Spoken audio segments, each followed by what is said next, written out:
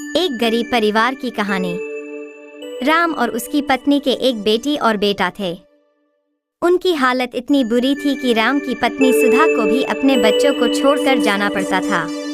सुधा पहले अपने घर का काम करती, फिर बाहर का काम करने जाती।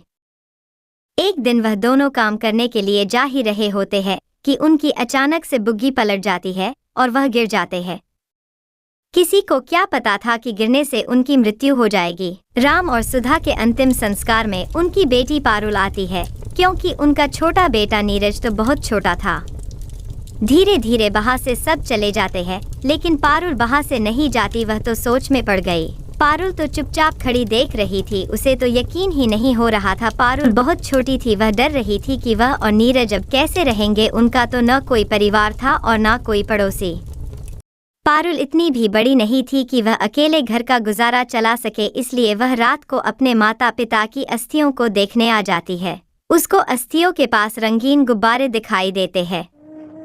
उसके हाथ में वो रंगीन गुब्बारे आ जाते हैं। तभी वहाँ उसके मरे हुए माता पिता वहाँ आते हैं। बेटा, तुम ठीक हो ना? और नीरज कैसा है? मैंने तुम्हारे लिए यहाँ पे बैलून रखे हैं, उसे बेचकर तुम अपना और नीरज का पेट भरना। मैं जाता हूँ। वह बेचारी डर के मारे कुछ नहीं बोलती। वहाँ पर खड़े खड़े उसे बहुत देर हो गई, इसलिए वह वहाँ से भागती है, क्योंकि अब उसके छोटे भाई को देखने के लिए उसके अलावा कोई नहीं है। जैसे ही सुबह होती है, वैसे ही वह अपने पापा के दिए हुए गुब्बारों को ले जाकर बाजार में बेचने के लिए चली जाती है, क्योंकि अब उसके घर में कोई तो था नहीं जो उन दोनों भाई बहन की भूख को शांत कर दे। वह बेचारी घर से निकल तो गई, लेकिन वह क्या जाने कि गुब्बारे बेचे कैसे जाते हैं। दिन बीतता चला जाता है, लेकिन उस पर कोई ग्राहक नहीं आता। वह इतनी गर्मी और बिना चप्पल के आगे चलती चली जाती है। सूरज के ढलने से पहले उसके पास एक लड़की आती है। अरे बेटा, क्या हुआ तुम्हें? यहाँ क्यों खड़ी हो अकेली? यहाँ तो कोई भी नहीं है। क्या हुआ बताओ मुझे। अच्छा, तुम बैलून्स बेच रही हो? ठीक है, मेरा घर पास में ही है, मेरे साथ चलो। ठीक है, सामने ही है मेरा घर, वहीं पे मैं पैसे दूंगी। इतना बोलकर वह लड़की उसे अपने साथ अपने घर ले जाती है। वह भी बिना कुछ बोले उसके साथ चली जाती है, क्योंकि उसे तो अब बस अपने भाई की ही चिंता सता रही थी, इसलिए वह उसके घर चली जाती है। ले लो बेटा पैसे। वैसे तुम बैलून्स क्यों बेच रही हो? क्या मैं तुम्हारी कुछ हेल्प कर सकती हूँ क्या? वह पैसे लेकर उसका किसी भी प्रश्न का उत्तर दिए बिना वहाँ से भाग जाती है। शाम हो गई थी। वह बहुत दुखी थी, क्योंकि आज उसने और उसके भाई ने सुबह से कुछ नहीं खाया था, इसलिए वह किसी पास के बाजार को ढूंढती है ताकि वह वहां से खाने के लिए कुछ सब्जियां खरीद सके। वह सब्जी बाजार पहुंच जाती है और वहां से सब्जियां ले लेती है। वह बहुत खुश होती है। सब्जियां लेकर वो घर निकल जाती है। तुम्हें नीरज के लिए करेले और भिंडी की सब्जी बनाऊंगी, उसे बहुत पसंद है। इतना कहकर वह सब्जियां लेकर घर में पहुंच जाती है। उसका भाई उसे और उसकी सब्जियां देखकर बहुत खुश होता है।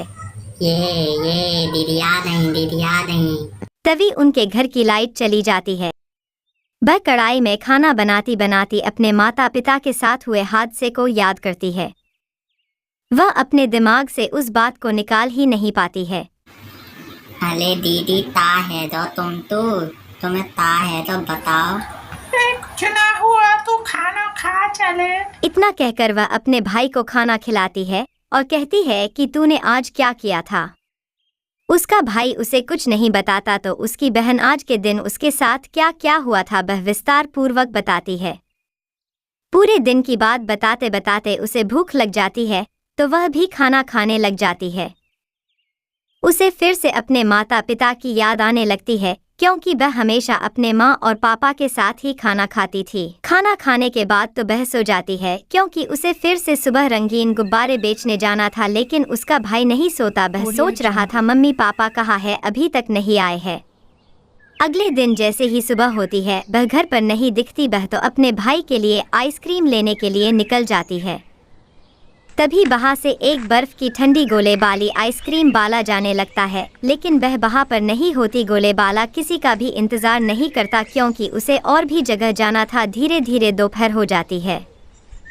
वह लड़की उस गोले वाले का सुबह से इंतजार करती है। बड़े इंतजार करने के बाद वह वहाँ पर आता है और बोलता है, अरे बेटी क्या चाहिए बताओ मुझे, क्या दूँ तुम्हें?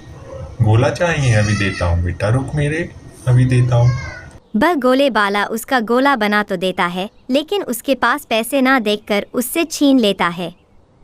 चल्ली भिखारी की छोरी, मेरे पास नहीं है तेरे लिए गोला, हट चल भाग यहाँ से।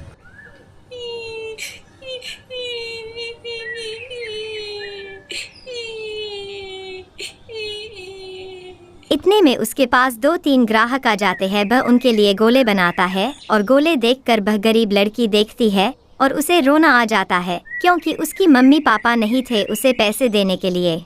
वह सोचती है कि काश मेरी मम्मी भी आई होती मुझे बर्फ का गोला दिलाने के लिए, लेकिन ऐसा अब कभी नहीं हो सकता। तो दोस्तों, इस कहानी में हमने क्या देखा कि एक तरफ यह भाग्यशाली लड़की जिसकी माँ भी है और अच्छा खासा घर भी है, और एक वह अभागिन लड़की थी जिसकी ना तो मम्मी है ना पाप है और ना ही अच्छा घर, जहाँ तक कि उसके पास खाने तक के लिए पैसे भी नहीं थे। और यदि हम दूसरे बच्चे के घर की बात करें तो मैं भी खुशनसीब लड़का था, उसकी माँ ने उसे भी बर्फ का गोला खाने के लिए पैसे दिए थे। उसके पास भी बड़ा घर था, जहाँ तक कि उस गरीब लड़की का जितना बड़ा घर था उतना बड़ा तो उसका ग्राउंड ही था। तो दोस्तों, इस कहानी से हमें यह शिक्षा मिलती है कि हमें गरीब बच्चों की हमेशा सहायता करनी चाहिए। जिस प्रकार आपने देखा था जब वह लड़की रंगीन गुब्बारे बेच रही थी तो वहां पर आई एक लड़की ने उसकी पैसे देकर सहायता की थी। वही दूसरी ओर वही गरीब लड़की बर्फ के गोले की ढकेल पर खड़ी थी तो उसकी किसी ने भी सहायता नहीं की, बल्कि ढकेल वाले ने उसे फटकार लगाकर भगा दिया। तो दोस्तों, हमें ऐसा गरीब बच्चों के साथ नहीं करना चाहिए। आपको वीडियो कैसी लगी कमेंट सेक्शन में ज़रूर बताइएगा।